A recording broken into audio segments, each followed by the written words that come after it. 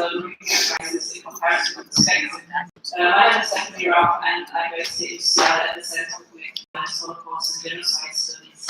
I have the pleasure of sharing today's first panel on conflict and conflict resolution with speakers from across academia and the legal profession.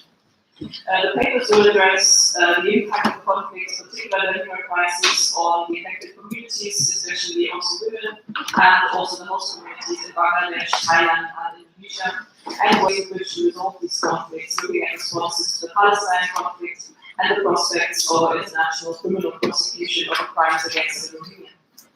I suggest that we listen to all 7 papers first, and then we'll invite questions from the audience. Our first speaker today is Natalie Brunnen, who is currently undertaking her doctoral research at Queen Mary University in London, and her paper is entitled Genocide Cards and Genocide Laws, Group Destruction and Rohingya Origins of Their Identity Cards. Thanks. Microphone okay? Yes. Is that working? So, my work explores Rohingya oral histories relating to their identity cards, registration processes, and citizenship. The title of this presentation, Genocide Cards and Genocide Laws, are terms Rohingya use themselves in focus groups. Genocide cards describes the national verification cards, or the NVCs, that have been promoted in Myanmar since 2015 as a pathway to citizenship. The enforced issuance of these cards is viewed as integral to both the physical and symbolic destruction since 2016 of the Rohingya as a group belonging to the Rakhine region, which today falls within the boundaries of Myanmar. Genocide Laws describes the 1982 citizenship law and the legal framework surrounding it that not only strip Rohingya of equal rights they enjoyed in the early decades of Myanmar's independence, but also destroyed the foundations of their group. The law itself became a discourse of stigmatism, exclusion, and hate, as well as ushering in the conditions of persecution and apartheid. This panel, entitled Conflict and Conflict Resolution, I suggest to you that over the past decades, the production of Rohingya statelessness and the citizenship issue has been approached internationally as though it were a conflict between Myanmar and Bangladesh, or a conflict between Rohingya and the military government in Myanmar. But the systematic removal of Rohingya citizenship is not a conflict, it's a crime. Myanmar's crime. Part and parcel of the destruction of the group. The softly approach internationally with Myanmar and the so-called strategic use of Myanmar's own discourses that deny Rohingya their identity as a group have, perhaps unintentionally, fed into the processes that legitimize their exclusion. Rohingya citizenship in Myanmar was not stripped from them by the 1982 citizenship law alone. The production of Rohingya statelessness in Myanmar is better understood as an ongoing process that began prior to the first mass expulsion to Bangladesh in 1978. Rohingya oral histories tell of how efforts to denationalize them were ramped up before and after each failed mass expulsion. I say failed because each time Myanmar has been forced to take back the majority of the Rohingya. Aside from the law, the denationalization process includes mass expulsions from the country and diminished legal status on return, and documentation and registration practices that fall inside and outside the law in Myanmar. Together, I call these processes bureaucratic cleansing, which includes the enactment of discriminatory laws and the use of hidden policies, the nullification, confiscation, destruction, and targeted non-issuance of identity documents. New registration processes introduced together with increased restrictions and surveillance that render everyday activities illegal, and enforced registration processes and forced issuance of identity documents that destroy or reorganize categories, national identities, and social relations. In the past, Rohingya had the same status and the same rights as all other citizens in Myanmar. They belonged to the country as much as anybody else. They carried the same identity cards as everybody else before 1989. These were the national registration cards, which were issued from the mid-1950s onwards. Things changed under the military government in 1962. The strategic embrace of Myanmar's multi-ethnic and multi-religious populations shifted to one of Buddhist dominance and nationalism, characterized by anti-colonialism and xenophobia. In the wake of the second round of mass repatriations from Bangladesh and international pressure to provide Rohingya with some form of legal identity in Myanmar, Rohingya were issued with white cards or temporary registration cards. They came with the never to be fulfilled promise of future citizenship. Instead, they locked in Rohingya experiences of surveillance and apartheid in North Rakhine State, whereby they were mandatory to negotiate the harsh restrictions of daily life, including travel to nearby villages and towns, licenses for livelihoods, access to health and education. In 2015, the white cards were collected and voting rights removed. Again, under international pressure to provide documents for Rohingya, Myanmar authorities attempt to issue Rohingya with national verification cards or NVCs. For many Rohingya, the NVC is inscribed with the intent of Myanmar state to destroy their group identity. It marks Rohingya people out as foreigners who need to apply for citizenship, not as they feel a community that belongs to Myanmar. Government promises that the NVC could potentially lead to citizenship fell flat because a future citizenship card that marks Rohingya people out as Bengali or anything other than a recognized ethnic group of Myanmar will not secure their safety, let alone secure access to equal rights with other citizens. It would also be a source of shame, an act of collaboration with a regime that is intent on destroying the Rohingya. When the security forces organised meetings in Rohingya communities around the NVCs in 2016 and 2017, many Rohingya refused to participate.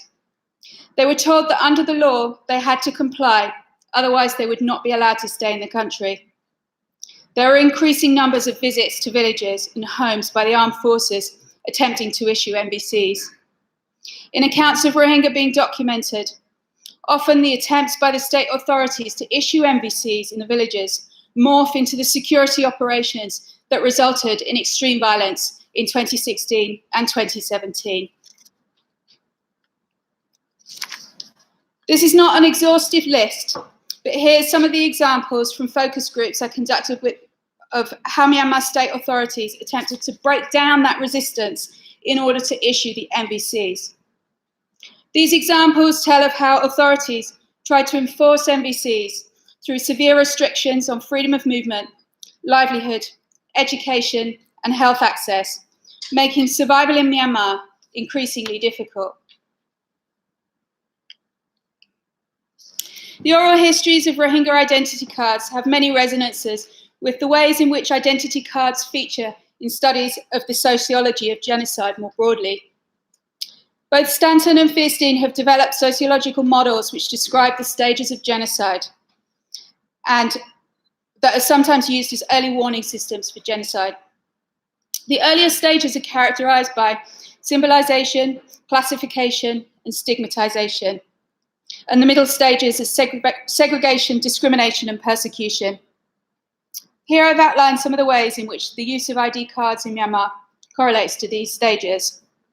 So the reification of race and ethnicity through the 1982 citizenship law, the use of ethnicity on identity cards, colour coding of identity cards and the hierarchy of rights, and the rise in discourses and practices relating to the recategorization of Rohingya as foreign or stateless. And under the segregation, discrimination, and persecution, freedom of movement in Myanmar curtailed, relocating Rohingya populations into designated areas, separate sets of policies applied, including the policies of persecution and apartheid, surveillance and securitization, and the use of ID cards for starving people out or slow genocide. The later stages of genocide feature the physical destruction of communities, including mass killings. Above, I've already noted how many Rohingya narratives feature NVC cards as central to the state violence of 2016 and 2017. The end goal of some genocides is to reorganize national or social identities in new ways that consolidate the power of the dominant groups. These reorganized identities may not reflect historical or demographic realities on the ground. This phase of genocide is what Raphael Lemkin referred to as the imposition of the national pattern of the oppressor, which occurred alongside the destruction of the national pattern of the oppressed. This reorganization process is also referred to in the work of genocide scholar Fierstein as symbolic enactment. Within Rohingya narratives of their ID cards, the reorganization aspects also feature. Myanmar's used ID cards to impose a new exclusionary national identity that does not reflect the multi-ethnic demographic realities in Rakhine State. State practices relating to ID cards also relate to the erasure of history and the erasure of memory of Rohingya existence in Myanmar. There are still organizations promoting the NVCs for Rohingya on return to Myanmar, whereby biometric data from their refugee cards will be shared with Myanmar so the data can be turned into an NVC card. These organizations are approaching the ID card issue as though it were an issue of conflict that needs conflict resolution. Nothing that a good PR campaign and some trust building by international agencies can't fix. But it's important that in the search for the ever-elusive, sustainable and safe returns to Myanmar, that we talk about the removal of Rohingya citizenship as a crime. Without approaching citizenship and the military as institutions that need to be rebuilt, it seems hard to imagine that Rohingya will find restitution or safety in their homelands in Rakhine State. Thanks. Thank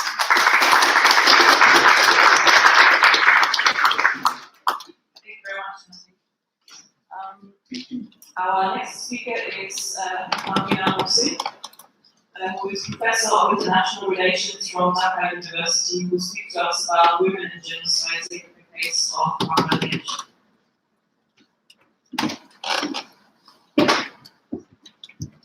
If you could stand here, that was possible, just because of the light. No. Just 10 minutes? Yeah. I'll give you 2 minutes. Thank you.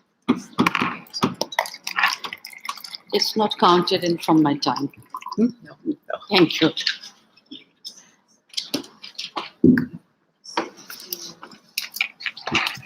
Thank you, and a very good morning to all of you.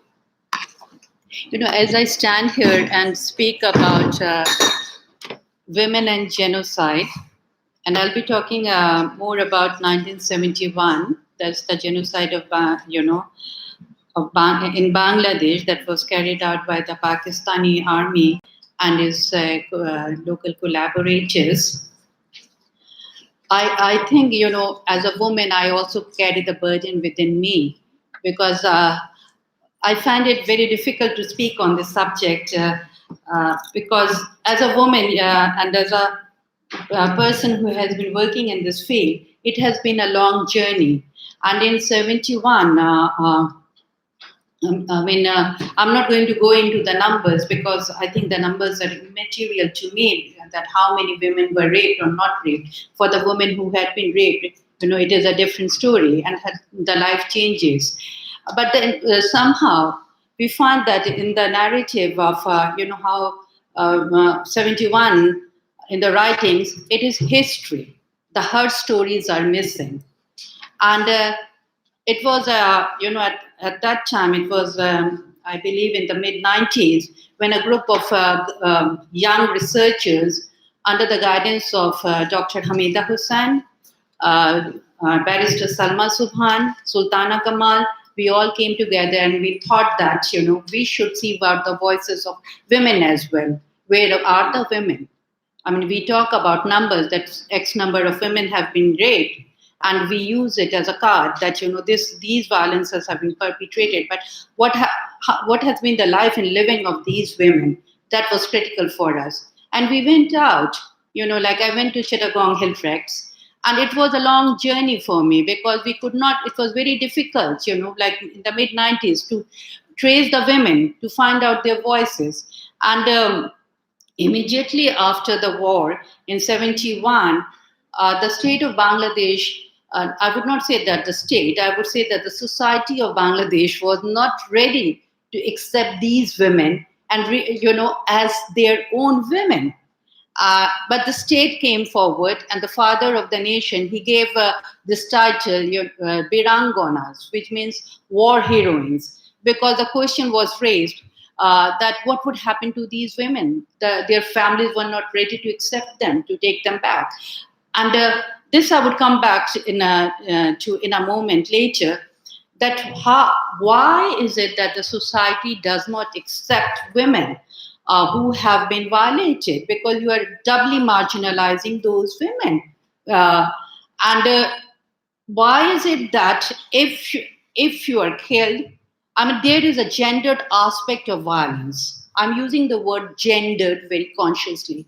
If a man is killed, he is looked upon as a martyr. But if a woman is raped or violated, you look upon the women as still today we say that at the cost of the honor of so many women. And I have constantly protested against it, that please do not use the word honor, because you can't, categorize a woman like that if she has been violated, it should be we should, think about these notions of shame and honor. The perpetrator should be looked upon as someone who should be shamed, not the woman. But this is the way knowledge has been constructed. We were talking about research and over-research yesterday, and I think these are areas one should look into very seriously, that how knowledge is constructed, and the histories or the men's histories of values keep on coming up, and the women's history, they remain hidden and invisible. So it was our journey into sieving out the voices of women in 71, and it was something which we were doing in the mid-90s. And out of the work that we could, or the stories that we could collect, a book came out, Rising Out of the Ashes, or Nari Ekattur in Bangla. It was the first book which was published by the Ain Shalish Kendra. And this was the first time that the women's voices were being retrieved. Before that, of course, there were books which were written by Nilema Ibrahim, and the books, titled Ami Birangona Bolchi, I, the war heroine, am speaking. But, when the father of the nation gave this title, Birangona, war heroine, to the women, I mean, these women were invisible. But then this, at that time, there was some discussions or debates around it, because by giving that title, you were marking those women. And people knew that these women have been violated, and whether the women would be willing to accept it or not, or whether they would come out and speak out, about their losses or their fate at that point of time. In genocide, when you have incidents of genocide, why, rape is taken as a strategy of genocide? There is something called genocidal rape, which is different from rape in peacetime.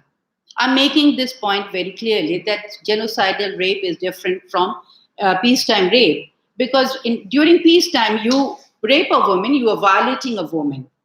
But whatever your intention may be, but during the period of genocide, you are categorizing women as our women, their women. And in the construction of nationhood, this is something I had wanted to point out in the last session yesterday, that in the construction of nationhood, it is very important, the purity, pollution notions. The authenticity of the nation is very important. You are a pure nation. You glorify the concept of nation and nationalism. So, and you glorify the nations of citizenship as well. And if you look at the state of Burma today, one witnesses the same kind of thing, that it is a pure Burman nation. It is a pure, authentic Pakistani nation. It is a pure, I'm talking of 71. It is a pure Bangladeshi or a Bengali nation. So you have to understand that, and so, you strategize to violate the women of the other community. Through it, you are either depopulating, you are depeopling a people, in the sense that you are impregnating a woman, and that woman is carrying the seeds of another nation. So it's no longer a pure nation. It's no longer an authentic nation. We have these ideas of nation and nation construction, that we carry on. And these are important, like when you say that they are Birangonas, they are war heroines, one has to see that what it meant for the women at that time. And I've been talking, I would not use the word interview because I think it is too mechanical, but carrying on conversations with many of the war survivors of 71. And one of them, the most, I think, the famous or the outspoken one was Firdausi Bhashini, a famous sculpturist from Bangladesh. I'll be winding up. And, she said to me very clearly that, why do you call it sexual violence? The moment you use the word sexual, it means that two human beings are involved here. But these are beastly things which was inflicted upon us. So please don't give it some other name. It cannot be sexual violence because it was not something which was done by humans. So see how I would definitely argue out that if she was a survivor, that, she's not looking at the other person as a human being. So it comes to that point, at that level. And we find that in 1971, after, the state was ready to marry, we had set up rehabilitation center for those women, and they was ready to marry them off. That was seen as the only solution to settle them or rehabilitate them within the society, by not revealing that they had been violated. That was the case. But in the case of the Rohingyas, I have seen that when I visited the camps, many men pointed out to me that go to that camp, there are rape victims there. And the women came out and they say to me very clearly that, look, we have been raped, we have been violated, and we are not ashamed to say that we have been violated. So I don't know whether it is the trope of nation, that because the Bengali women, they had citizenship after 71, they had a nation, they had a state in that sense, and the nation was trying to protect its own identity as a pure, authentic nation. That was one case.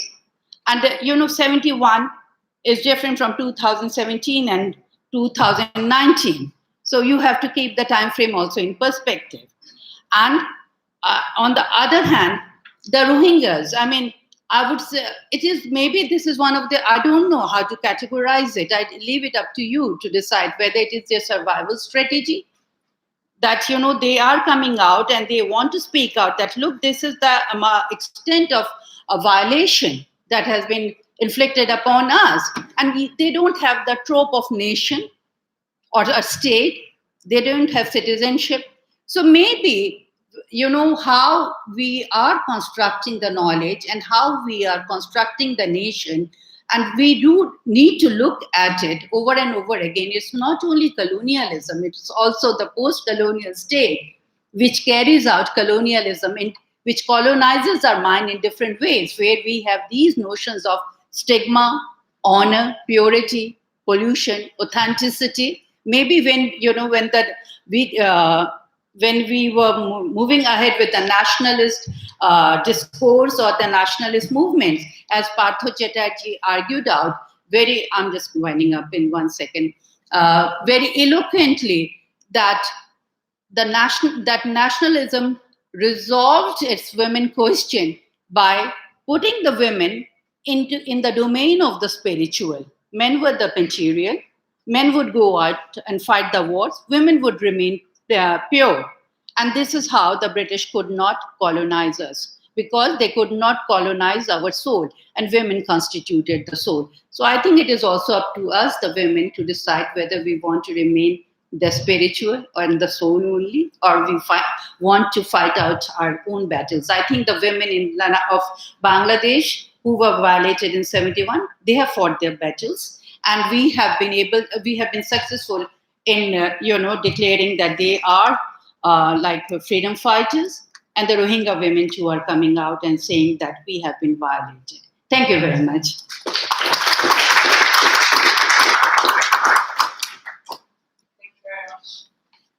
Our next paper is by Dr. Sripalka Patmasi, Director of the PhD Program in Human Rights and Peace Studies at the Institute of Human Rights and Peace Studies at Malabo University in Thailand.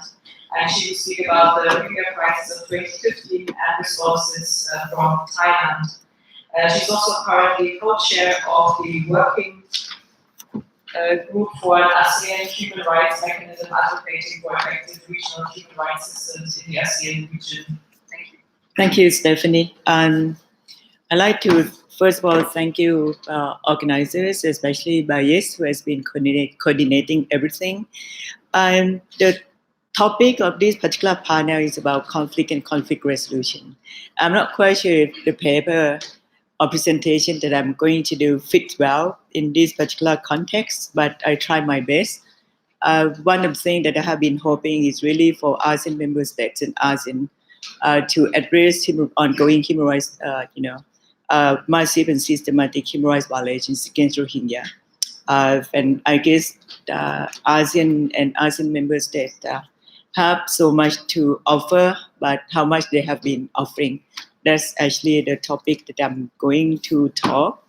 The Rohingya crisis we heard since yesterday, but what we have not heard is about South Asia. And I think the Rohingya crisis, and especially discovery of mass grave along the Thai-Malaysian borders, have prompted the Thai government to hold a series of international meetings, although without much concrete result. They will call to the Thai government to actually recommend the authorization of an independent UN-assisted investigation and bring those responsible to justice. The calls, unfortunately, were not entertained. But Thailand has been putting efforts to address issues of trafficking. Why an independent investigation has never been accommodated, and how much Thailand attempt to make use of the existing ASEAN human rights system to deal with the massive and systematic human rights violations, if not why. This is actually what I'm going to unpack. Just to start by saying that Thailand is not party to 1951 Convention relating to refugee status, nor its protocol. The country does not have a formal refugee law framework. As for Rohingya population in Thailand, it was estimated by Rohingya communities themselves that there might be more than 10,000 living in different cities in the country. This is very far from, of course, what we heard yesterday, that Bangladesh has been hosting more than 1 million. Thailand is also known for being a hub for regional smuggling and trafficking activities and serve as a common transit point for Rohingya. There is, however, a small but significant settled population residing in the country, many of which have lived in Thailand for over 20 years, some over 30 years. The sectoral violence in 2012 displaced tens of thousands Rohingya from their homes. The influx, of course, in Thailand of more than 35,000 Rohingya between October 2012 to March 2013 put Thailand under growing international pressure. The Thai government reluctantly provided about 2,000 Rohingya with temporary protection and sent them to immigration detention centers and government shelters. Between the period 2012 to 2015, the health-on policy towards small boats carrying Rohingya migrants and asylum seekers was applied. So many Rohingya who were redirected to Malaysia and Indonesia might have reached the shores, but many were allegedly handed over to people smugglers and traffickers. Another wave of irregular movement at sea in 2015 actually put Thailand again in the limelight of international attention. Continuation of health-on policy, soft deportation, denial of refugee status determination, and even a clandestine policy of migrants by sea was, of course, being criticized by international community. What has been always clear when it comes to Thai policy vis-a-vis Rohingya is to treat them as illegal migrants. Since 2012, limited access to this group was granted to UNHCR. The policy of Thailand, if any, has never been in favor of opposing Rohingya. And this, of course, is not new. Since 2012, they are recognized as stateless migrants for the first time. However, Thailand had provided shelters to hundreds and thousands of other displaced persons, such as Karen, Karenni, Mon, and Chan refugees from Myanmar. The number of shelter Rohingya was very low. It has to be noted that the difference of treatment is partly due to the allegation of nexus between Rohingya Muslim and Southern Thai Muslim separatist militants, which has resulted in tightened law enforcement agencies, close observations of Rohingya. This observation remains true until today. The radicalization of some groups of Rohingya in Myanmar, as well as the 2017 attacks in Rakhine State of Myanmar, contribute to the already existing allegation, which puts to the Thai government to take different measures for stateless Rohingya. They are perceived as security challenge, unfortunately. Thailand, of course, after that has tried to respond to the issues by, for example, holding international conference in which Myanmar has also participated. But unfortunately, the term Rohingya was not used because the threat of Myanmar not to participate in the conference if the term Rohingya was used. Of course, one of the approach that Thailand has been using is really about responsibility sharing approach. By not pinpointing to any particular country, the Thai Ministry of Foreign Affairs actually organized the first meeting, as I mentioned, but it's called irregular migration in the Indian Ocean. As I said, the term Rohingya was not used. And the spirit called for by the Thai government by the time is actually what they call spirit of cooperation. Thailand has been emphasizing on shared responsibility and a multilateral approach of concerned parties and addressing issues such as smuggling and trafficking from a transnational crime perspective. Thailand maintains the respect for state sovereignty of neighboring countries, therefore avoiding problem with its immediate neighbor. It is also important to note that none, as I mentioned, of the meeting used the term Rohingya. The Thai reaction was reflected in the Ministry of Foreign Affairs statement to the August 2017 crisis, and it said, and I quote, "Closely following the situation in the Rakhine State with concern, and the Royal Thai government has always placed great importance to providing care and protection to Myanmar displaced persons." Again, you do not hear the term Rohingya, but displaced person from Myanmar. Of course, we know that behind the closed door, the Thai Foreign Ministry chose to discuss quietly with Myanmar, while showing solidarity with international community through humanitarian assistance. What about ASEAN? I just go to the last I have a paper, but I guess I'll be going to the large page of my paper, which is about ASEAN a bit, because one of the questions that I posed at the very beginning, how much ASEAN has done in order to address this issue.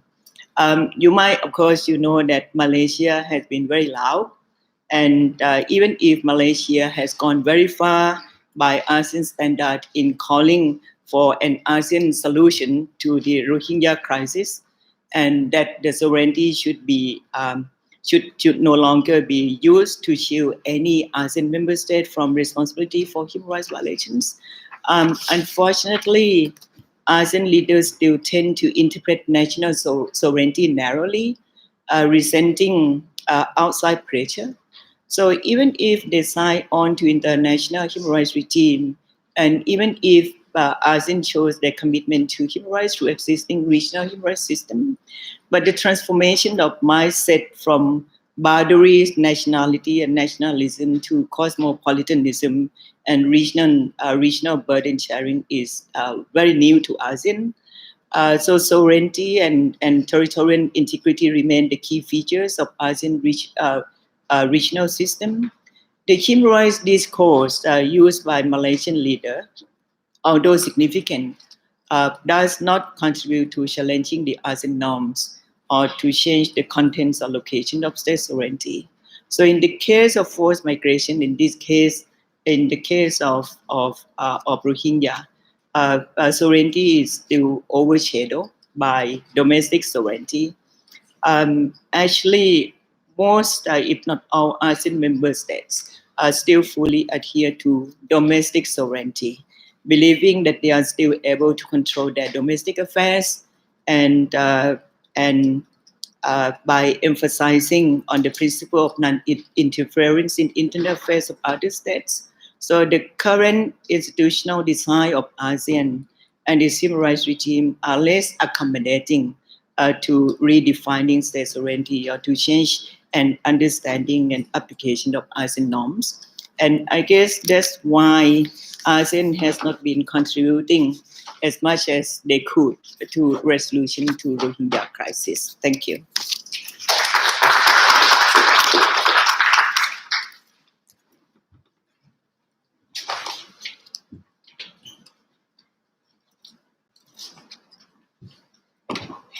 Thank you very much. Our next speaker is Kulu Islam, Associate Professor and Chairperson of the Department of Peace and Conflict Studies at the University of Dhaka, Bangladesh.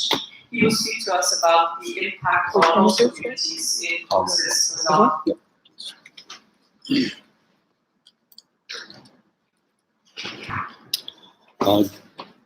Very good morning.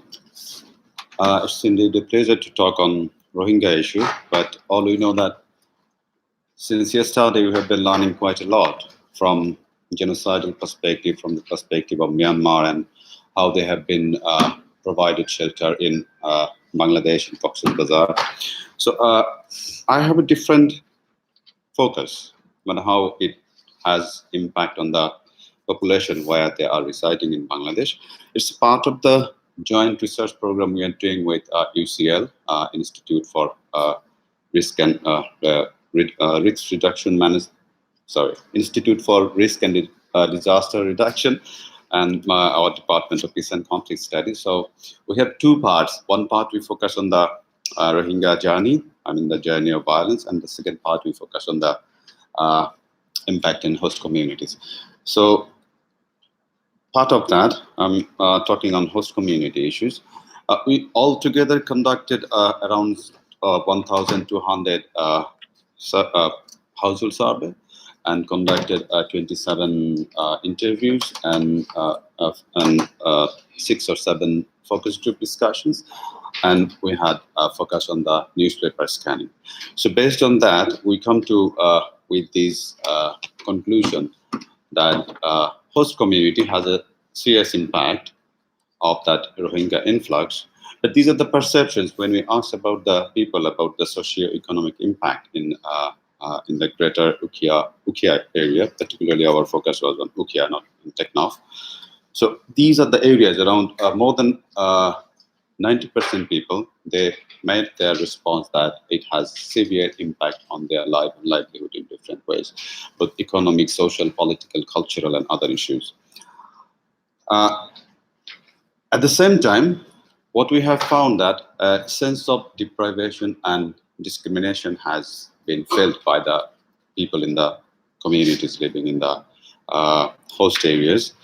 And those areas, they found that around 94% people and above, they found that law enforcement agencies, marginalization of low-income people have been very high, and deprivation of local people from local and foreign assistance, which came for the Rohingya population, that also created another kind of discrimination and deprivation. That's what they felt.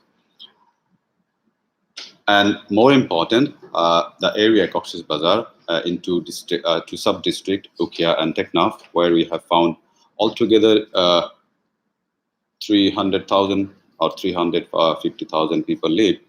That's the host community size. But when more than 1 million people come in that small area, as Professor Limtiaz yesterday said, that a Bhutan was created within 3 months. So it has seriously impacted the overall situation, and that has created a sense of being minority in their own land amongst the host community population. And where are those discrimination and deprivation located? I would say these discrimination and deprivation are located mostly from the economic frontier, because when the international communities, NGOs, they have been working and coming with different funds, providing all this money to Rohingya population, that has created a sense of deprivation in a way that this is one of the areas perhaps which had less attention. I'm not saying less attention, perhaps was not adequately attended by the service providers, but all in a sudden they have seen that all sorts of service have been improved to the population who have come there. So that created one kind of discrimination. At the same time, when we see the international organization and NGOs, who do they recruited? That was another source of deprivation and discrimination, because most of the internationals, they recruited either from international staffs or people who have education qualities from other areas. And at the same time, inside the camps, when they recruited, the camp recruited the Rohingya population. So you see, again, the disparity coming from the economic front, because they feel that it is our area, a large amount of money is coming and different sorts of work have been done, but we are not part of it. That is one of another area.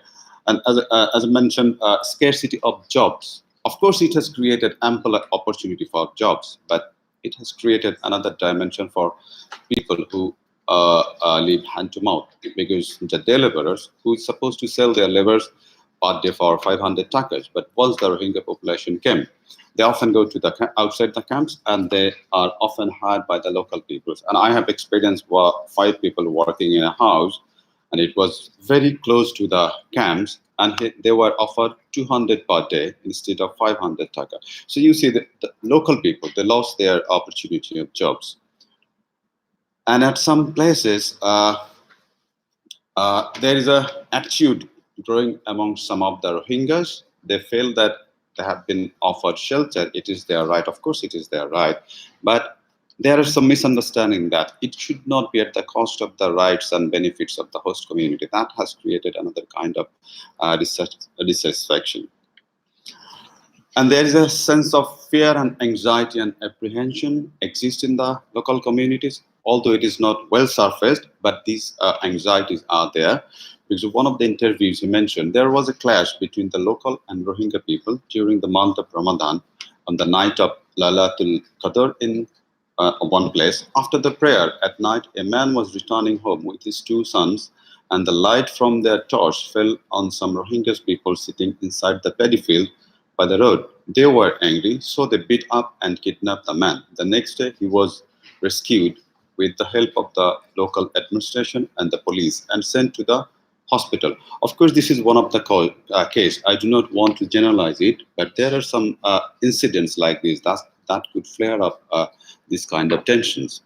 And at the same time, over the period, now almost 2 years have gone, so that generosity and humanitarian perspective gradually have been fading away, because all kind of deprivation and dissatisfaction coming along with other tensions. For example, over resources. Resources is one of the key issue in many countries, particularly land. It is, although it is claimed that it's a land of the forest and cash land, I mean the government land, but there are some lands which have been occupied by this population, which are owned by the private individuals. So that is another source of tension when their land was occupied by this population. And at the same time, we know the environmental destruction. Water level has been gone down when a mass number of population are living in that area. In some instances, when they go outside the camp area to collect their water bodies could be another source of tension there. As I mentioned, sense of minority is getting very strong in host communities, because that is one of the fear that can lead another kind of apprehensive situation. And other aspect, what we found, it has created scope for human trafficking. We have seen that a large number of Rohingya population have been rescued from different parts of Bangladesh, and even many of them were going through boat, trying to go to not Myanmar, to Malaysia, Thailand, and other places. So it has created a scope for all those illegal channels to work in that area. And more important is that the social fabric of the community have been gradually eroded, because there are two dimensions of it. I see that there are a number of Buddhist community also live in Greater Cox's Bazar. A sense of, I'm not claiming that it has been happening, but a sense of fear has been felt by them too, because it's an area which experienced some kind of inter-community violence a few years back.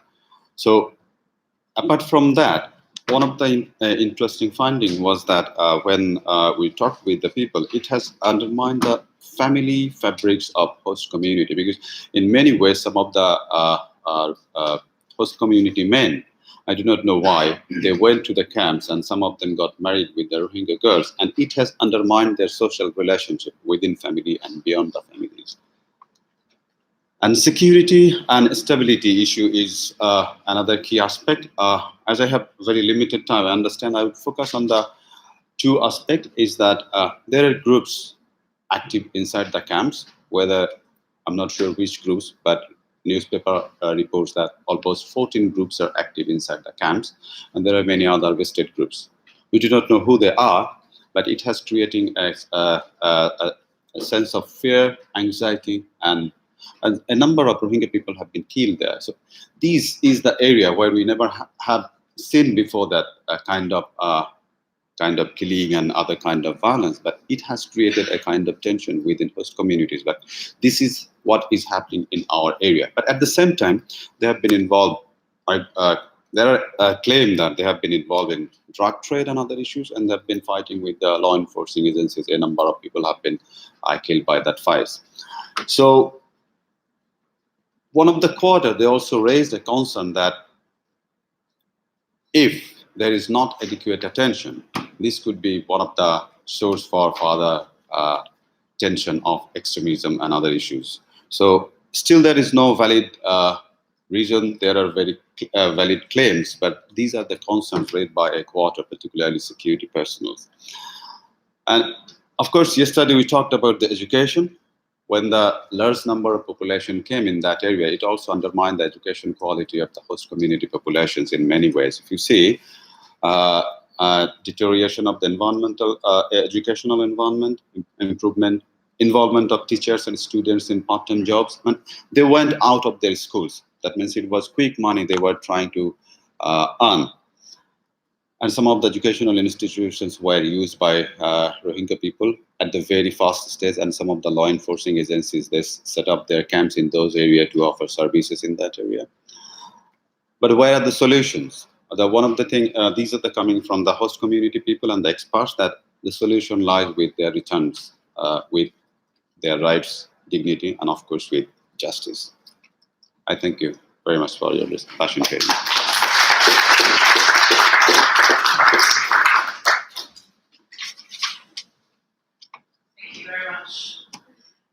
Daniel Dionysius is an MPhil candidate at Oxford University's Department of International Development, and he will be talking to us about negotiating inclusion, case study of Rohingya refugees in Indonesia.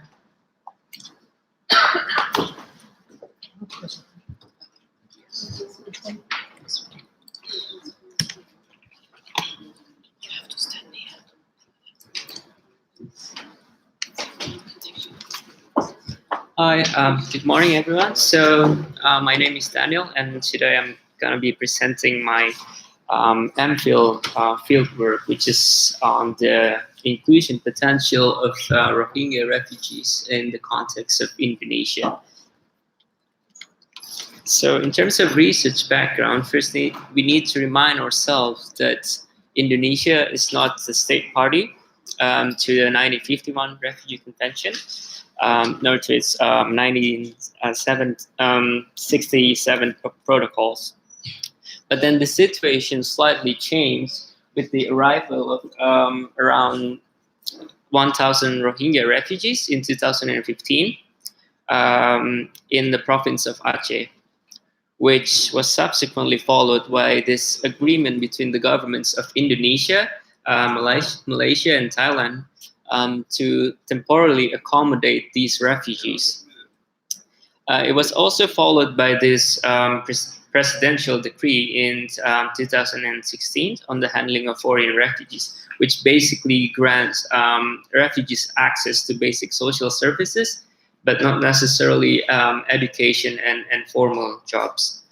In 2017, there was this demonstration by Muslim Indonesians in support of the Rohingya community.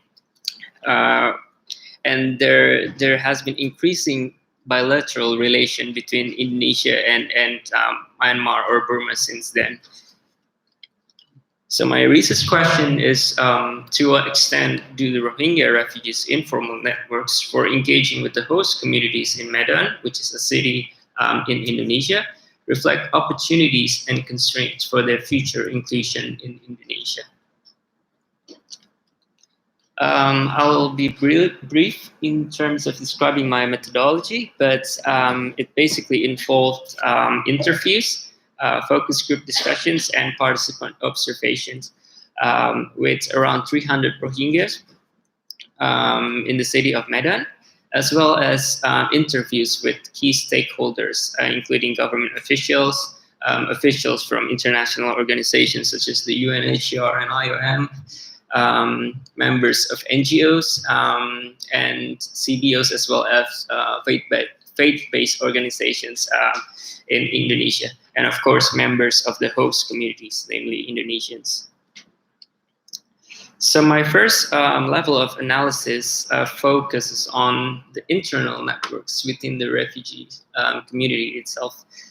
They're opportunistic networks. So for example, the community has been able to come up with this one voice for recognition, whether it means safe repatriation back to their home country, local integration in Indonesia, or resettlement to a third country. There's also this internal sociocultural capital in relation to the host community in Indonesia, and religious networks internal to the refugee community themselves.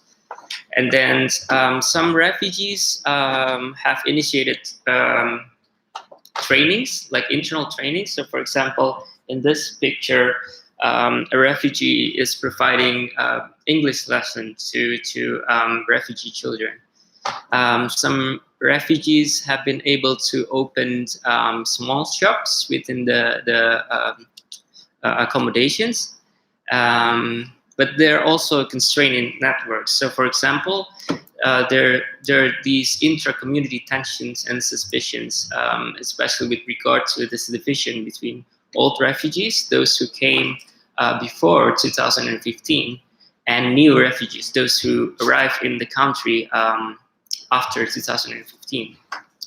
The issue partly, or mostly I should say, revolves around this idea that old refugees are not getting resettlement, whereas new refugees are getting resettlement interviews only because at the time there's this global attention to the issue of both people, the issue of Rohingyas arriving in different countries.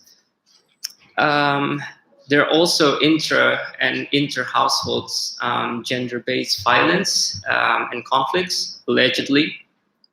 And there are also immoral and illegal activities within the Rohingya, according to government officials. The second level of analysis is between the Rohingya community and the host communities. So the Rohingya have been able to establish social-cultural and religious ties with Indonesians.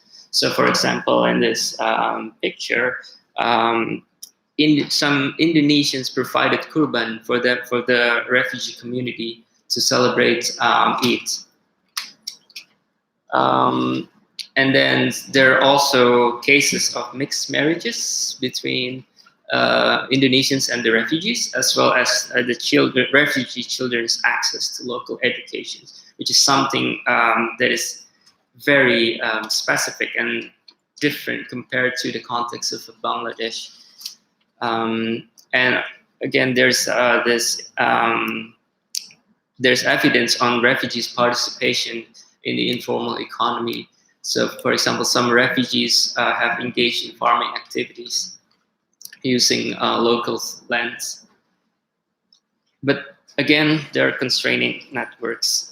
Some Indonesians have built negative perceptions toward the Rohingya. There's also this issue of patronage culture, which really can be seen as a survival strategy in the short term, but it's not sustainable, I should say, in the long run, because it doesn't imply an equal relationship between the host communities and refugees, but rather it can amount to extortion and exploitations by Indonesian government officials of the refugees. And there are also these issues relating to flexible regulations and purported or possible radicalization potential. So a refugee explained, unlike in Malaysia, regulations in Indonesia are soft. With some money, crimes can go unpunished. Regulation become one with religion. I know some refugees retain hatred toward the Buddhists because of what we have endured. So there's a good possibility for radicalization if we eventually get accepted as citizens. So this, to me, it means that in a context where patronage and religion are so much related, some refugees assume how just as how crimes can go unpunished with some bribes, radicalization will be tolerated because of the power or robustness of Islam within the context of Indonesia. And finally, I look at the structural correlates of inclusion/exclusion. So there's this strange tension between national security on the one hand and humanitarian discourses on the other hand in Indonesia. So stakeholders like UNHCR officials and IOM officials have been able to cooperate with the government to foster informal areas of inclusion for the refugees. But then this decentralization results in contradictory regulations across the country, which is combined with this external issue of dependency of UNHCR and IOM on resettlement and donor countries, both of which contribute to this lack of consensus over responsibility on refugee management. But strangely enough, this coincides with the lack of consensus on rights over refugee management. So on the one hand, international agencies claim that we have this operational mandate to take care of the refugees. But then local actors will come and say, this is not how things work in our country. The Indonesian style of consensus building should involve a broader range of actors. So you can't really just monopolize as external agencies the issue of refugee management in Indonesia. So in conclusion, there is this dialectic between inclusion and exclusion in the sense that factors that may initially appear as inclusionary in the short term can be exclusionary in the long run. The second point is the embeddedness of refugees' informal networks on the host country political culture. So ambivalent political culture in Indonesia means that refugees are having a hard time navigating through contradictory aspects of the country and to find the quote-unquote right way to do things. And this internal political culture interacts with competing operational mandates of international agencies to influence inclusion or exclusion. And in the final analysis, negotiating inclusion requires a constant process of learning by the refugees themselves, understanding on the part of the host communities, but also shared consensus between stakeholders. Thank you very much.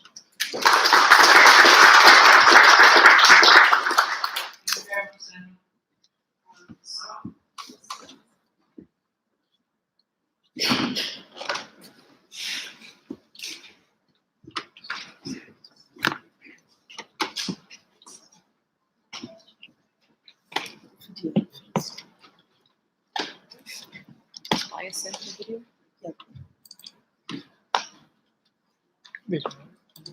I'll just say the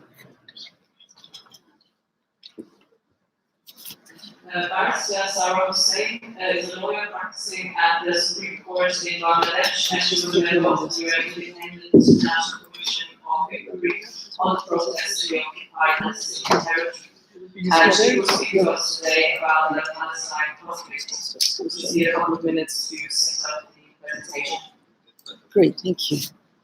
Just before I start, I think I should explain, I'm not a member of the Commission of Inquiry any longer because it's over, and we reported in March to the Council, so I'm just speaking in my independent capacity, but on the content of our report and our findings. I just want to start by checking, has anyone seen any of the videos which were associated with our report? Right, that shows that how fantastically effective our dissemination process is at the United Nations and elsewhere. So I think I would like to show you a bit of that, just so you have a sense of context, and because we're going to go out of discussing the Rohingya situation and look at this comparison. But I think, there are many points of comparison, I think, to tease out, but some that were referred to yesterday, I think, by Chris Sidoti and by others, but also this issue of being forgotten, that there's something which is there, a sort of, bleeding, suppurating sore on the conscience of humanity, and yet it's there, it's always there, we're always talking about it, it's always in the headlines, but it's also forgotten in terms of any real action. And I think the other point that came up yesterday was also about the breaking up of the community, Palestinians everywhere, and now the notion that Rohingyas too may become like Palestinians, dispersed everywhere and with no place of their own. Just before I show you this, I just want to explain about how the Commission of Inquiry came into being. It was through a Human Rights Council resolution. There was a 3-member commission. We were from Bangladesh, Kenya, and Argentina, all of us serving in our independent capacities. We interpreted the Human Rights Council resolution, which I'll show you in a minute, to refer to all violations that occurred during the period that we were asked to look into between the 31st of March 2018 onwards for 6 months. We sought access to all parties. We were, perhaps unsurprisingly, denied access by Israel, not only to Israel, but very critically to Gaza. And the entire purpose of our Commission inquiry was to look at the protests on the Israel-Gaza fence. So that gave us a huge challenge to our work. We were able to meet with individuals from both Gaza and Israel, outside in Jordan and in other places. And also, of course, very importantly, through using social media and through using online communications. And I want to talk a little bit about the importance of that as well. But anyway, before I start, let me show you this video, which will give you an idea of what it is we were looking at and where the place was. Let's go.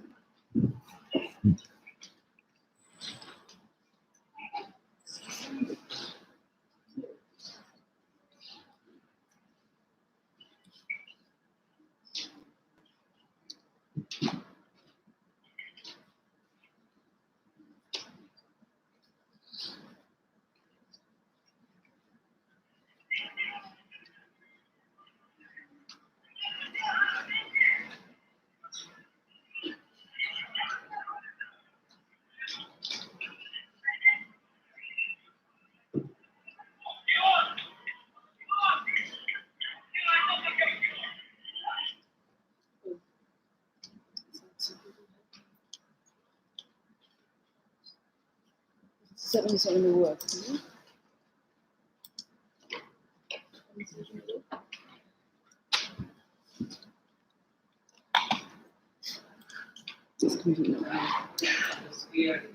What's that? There's a clear option.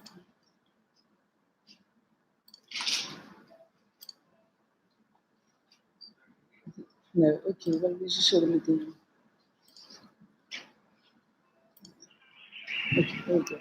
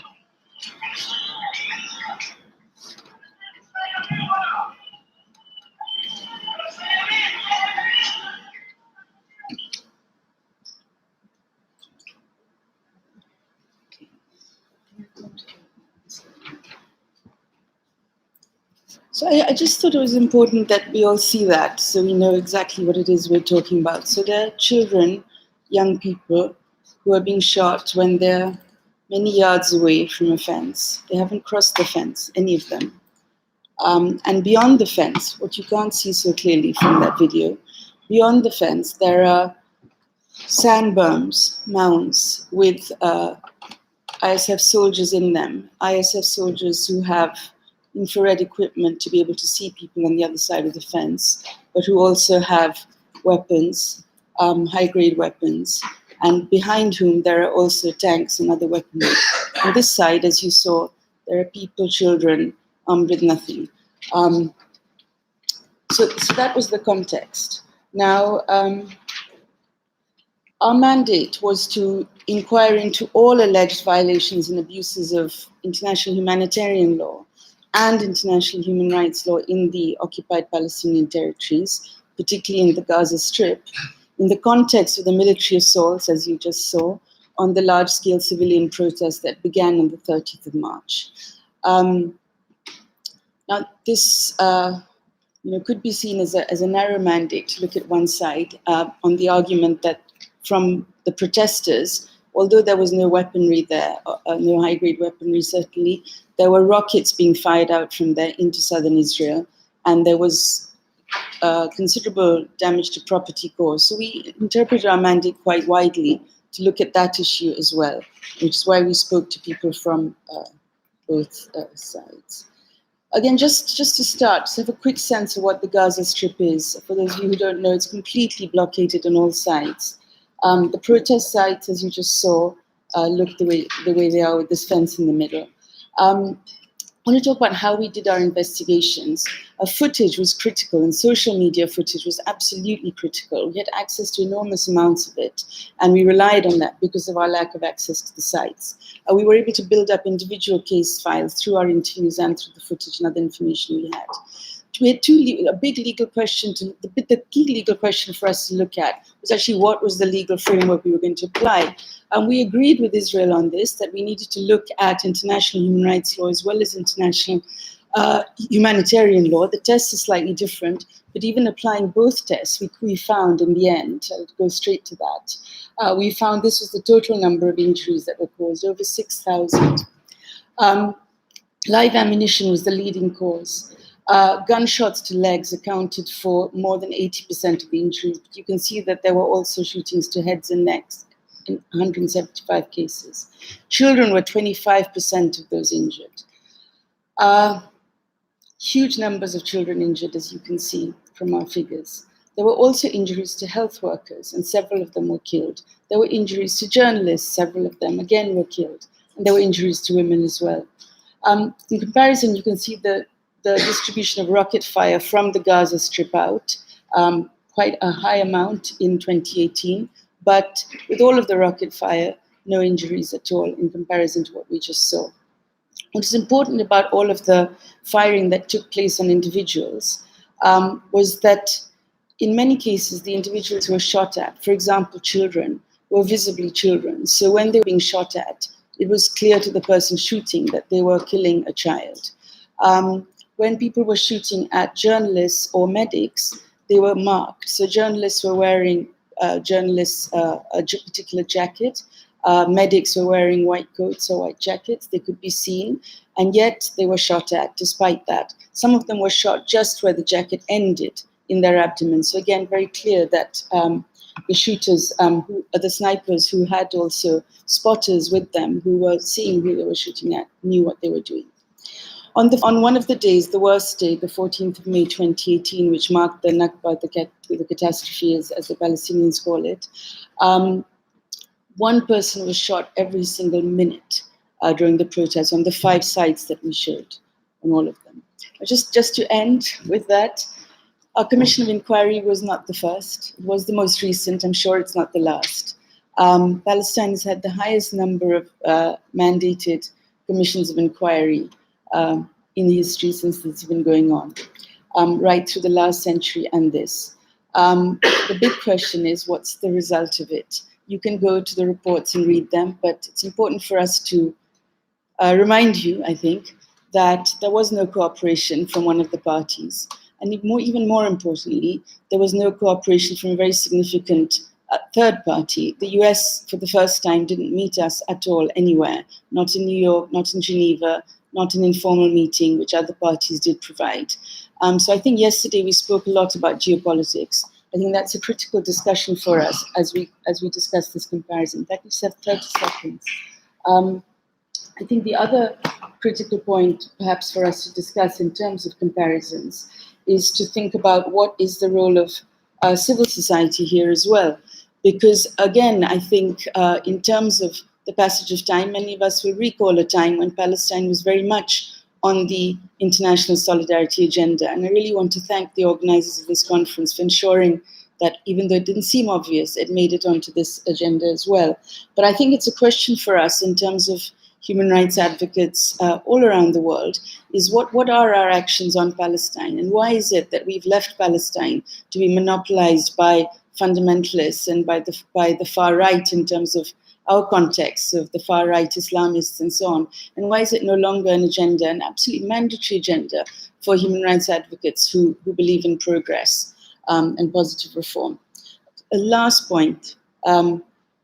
We felt very hopeless, I think, after presenting this, and we felt that we wondered whether, there had been a point to all of the work. Apart from, of course, there always is a point in terms of giving voice to those who otherwise couldn't speak. But we're very reassured in feeling that each of these small nails is absolutely critical. By one of the responses we got in particular, which was from the former Attorney General of Israel and the former Speaker of the Knesset, as well as many other Israeli writers and academics. And they wrote a letter immediately after our report came out, saying that they believe the Human Rights Council resolution was flawed, that the Council itself is flawed in many ways, but they believe the Commission was independent, and they felt the findings were an absolutely critical fact for Israel as a nation to grapple with. And I think it's that sense that at the end, each of these small nails can help to move some consciences somewhere, and that in the end, through that, we'll be able to make the change that propels us to continue with this. Thank you.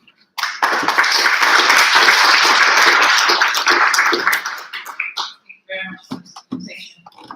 Last but not least, we have barristers Chambers and James Kirk of Darcy Street Chambers in London, who will speak about the International Criminal Court and crimes against the Rohingya, what are the prospects of success. They both work in international human rights and international criminal law, and together represent the group of Rohingya victims at the ICC.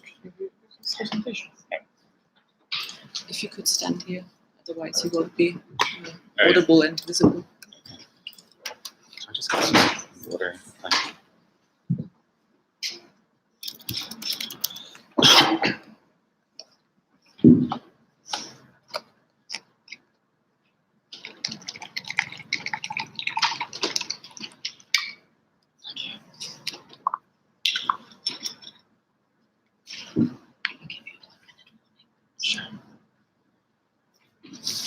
Good morning, everyone.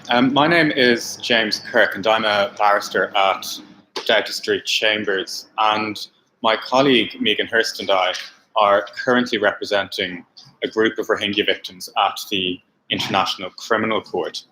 And today, Megan and I want to very briefly explain the ICC process in relation to the Rohingya issue at the moment, and then also consider the likelihood of this process ultimately being deemed successful. Will it only be deemed successful if there are arrests and prosecutions and trials of senior members of the Burmese military? Or if that does not happen, will it still be deemed successful, at least by some people, because it will have maintained international attention on the crimes committed against the Rohingya? It will hopefully have exerted some degree of pressure on Myanmar, and most importantly, perhaps it will have provided some degree of accountability from the perspective of the victims. So I'm going to begin by very briefly explaining the ICC process. Then I'm going to outline the challenges that arise from the reality that Myanmar won't cooperate with the process. And then Megan is going to take on the much more difficult task of considering whether the process is likely to be deemed successful. So the process began last year with a request by the prosecutor to the judges to decide whether the court has jurisdiction over the crime against humanity of forced deportation of the Rohingya from Myanmar into Bangladesh. And she asked this because Myanmar isn't a state party to the ICC, and the court generally only has jurisdiction over crimes committed on the territory of state parties or by nationals of state parties, unless there's a Security Council referral, which was never going to happen in this case because Russia and China would never agree to it. So the prosecutor argued that even though Myanmar isn't a state party to the ICC, the alleged crime of deportation partially occurred in Bangladesh, which is a state party, and that the court therefore has jurisdiction. And she argued this because the crime of deportation inherently, she said, takes place in two separate states because it requires the crossing of an international border in order for it to have been perpetrated. Now, the court agreed with the prosecutor and found that it does have jurisdiction over this particular crime, but it went a little bit further than that and said that its jurisdiction is not necessarily limited to the crime of forced deportation, but could cover other crimes which partially occurred in Bangladesh. So following this confirmation from the judges that the court does have jurisdiction, at least over some of the crimes allegedly committed against the Rohingya, the prosecutor formally opened a preliminary examination of the situation. Now, a preliminary examination is the process by which the prosecutor considers whether the requirements for opening a full investigation are met. And those requirements are first, whether there is jurisdiction, which was already clear from the decision of the judges. Secondly, whether the alleged crimes are sufficiently grave to warrant a full investigation. Thirdly, whether there is any prospect of the crimes being properly investigated and prosecuted by a domestic state. And finally, that the investigation wouldn't be contrary to the interests of justice. Now, I think it seemed very clear to anyone with any knowledge of this case that all of those requirements would be very clearly met. And after some months, the prosecutor has obviously come to that conclusion herself, because just yesterday she formally requested authorization to open a full investigation into the situation. And what she has done in a very lengthy document, which you can read online if you're interested, is request authorization to investigate crimes that occurred partially in Bangladesh, so crimes in relation to which at least one of the elements was carried out in Bangladesh, but also crimes that those types of crimes which occurred in the context of two particular waves of violence, the first in 2016 and the second in 2017. And she also has asked for permission to investigate any other crimes which are sufficiently linked to those waves of violence, including any future crimes of this kind.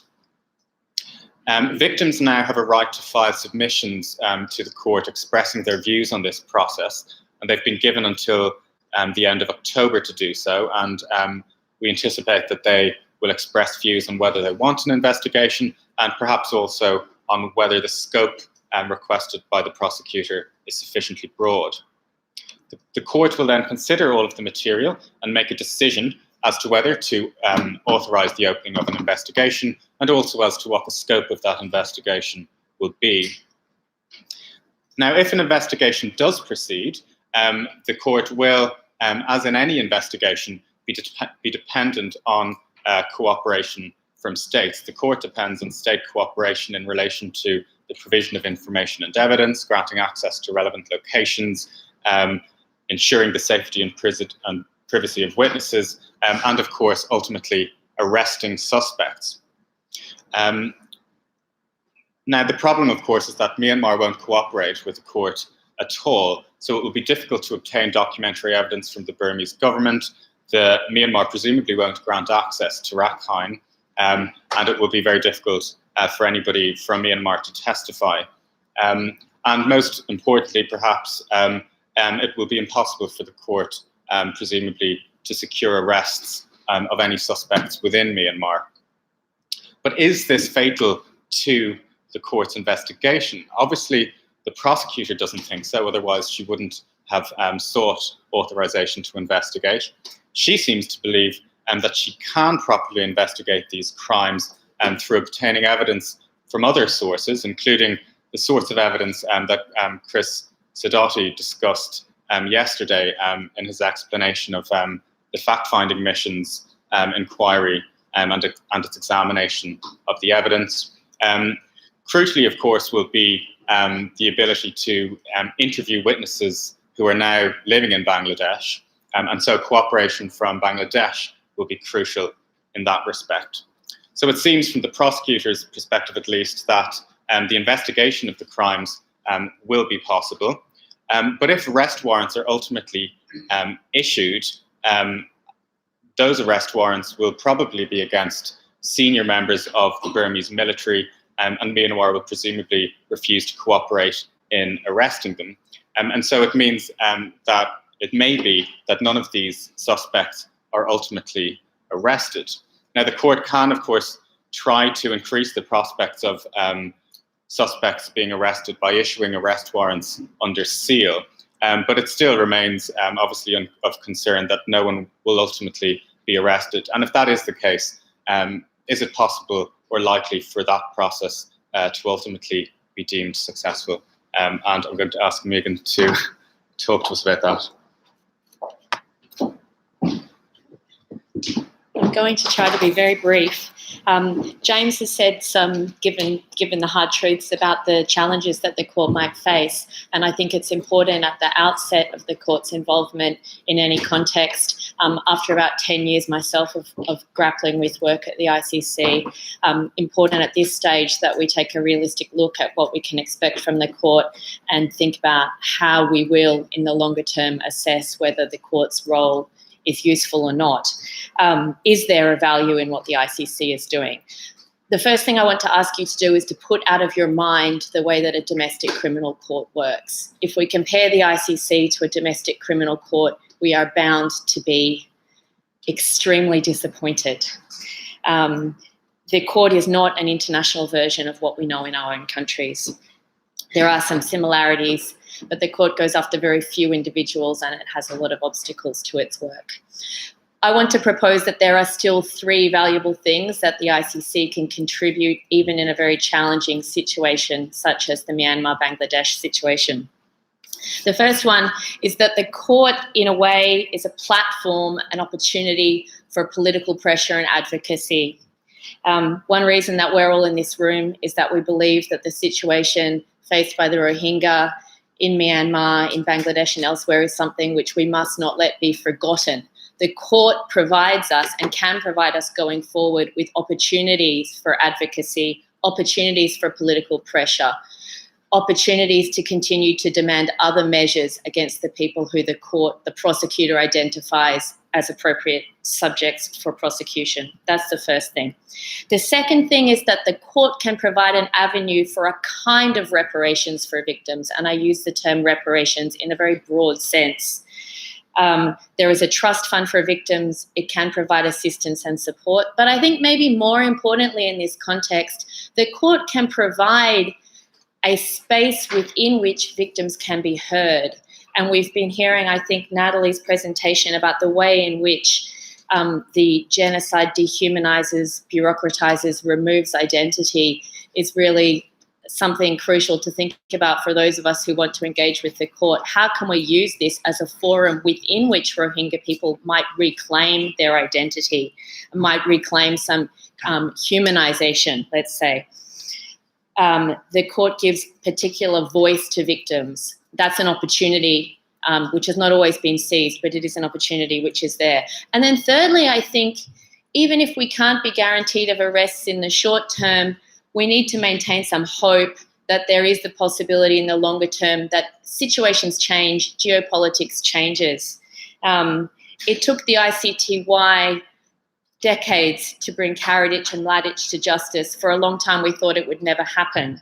I'm currently involved in a case at the ICC involving the Lord's Resistance Army. 10 years ago, if you'd asked me would this trial ever happen, I would have said no. I had no optimism. Today, there is a commander in custody at the court and the trial is proceeding. If you had asked me a year ago, would Omar al-Bashir ever face trial at the court, I would have been very pessimistic. Today, he's not yet there, but things have changed. So I think there is something important in this. There can be a threat hanging over the heads of some individuals, and the flip side of that threat is a glimmer of hope for the victims to see some accountability one day. Now, those are 3 things I think the court can do.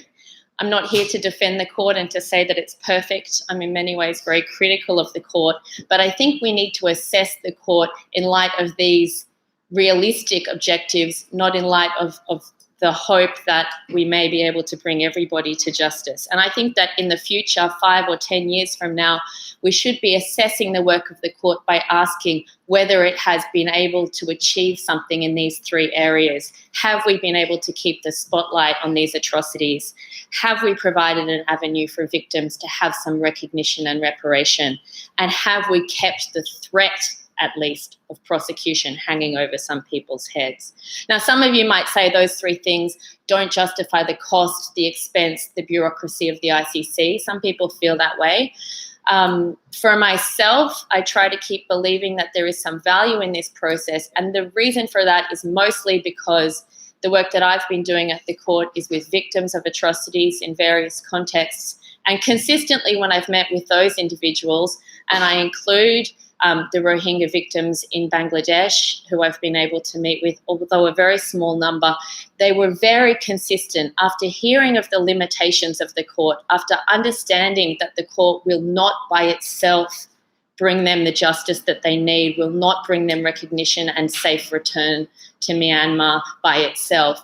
Even knowing those limitations, the victims themselves consistently say that they want the court to be involved. And it's for that reason that I continue to engage with the court and to try to be a critical friend of the court. And maybe to finish along the same lines as Sarah did in saying something about what civil society can do, what we can all do in this process, I think what we can do is to be critical friends of the court, to hold the court to a high standard, but a realistic standard, but also really importantly, to see the court as an opportunity and to take advantage of that opportunity.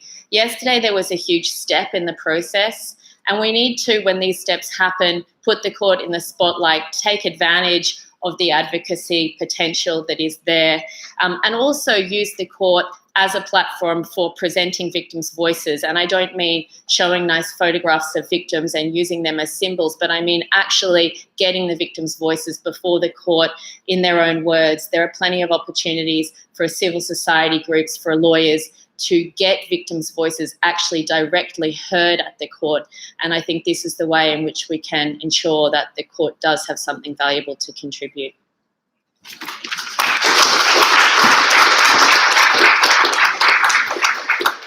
you very much to all of us, because we do have some time for some questions. I could ask you to keep the questions reasonably short.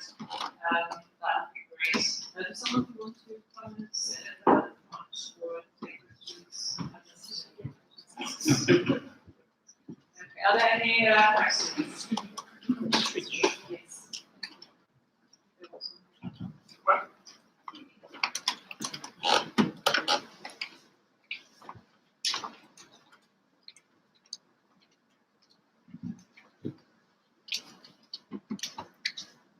Is there a procedure to enforce ICC judgments?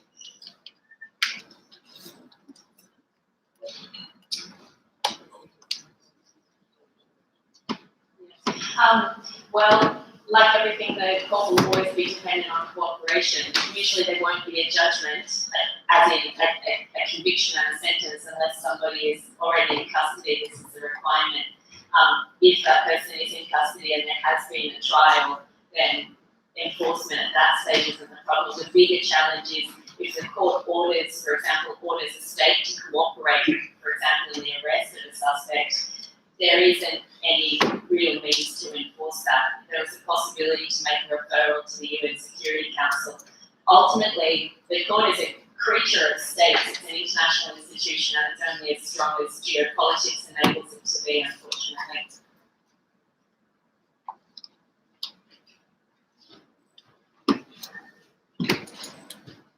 My question is also about the ICC. As you mentioned, Bangladesh is a signatory to this court, but Myanmar is not. So in the past, recent experience, was there any example where the ICC was able to take strong action against the perpetrators?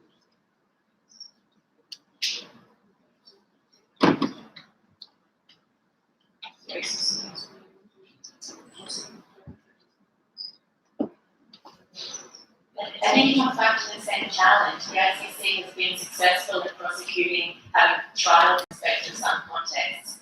there have been other contexts where the court tried to prosecute individuals who came from non-state parties. I mean, I think the Sudan example is a relevant one. And there is a huge challenge there. The court has difficulty getting its hands on those suspects. That's the obstacle. And so that's why I say that we can't measure the court by whether or not we should have a trial of these individuals, because that may be 20 years off, realistically. We need to focus on what we can achieve while that's pending.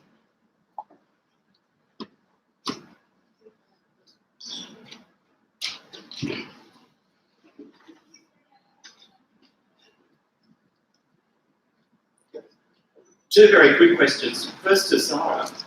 You mentioned, Sarah, that Israel had denied you access to Gaza. Did you seek access through Rafah from Egypt? And if so, what was Egypt's response?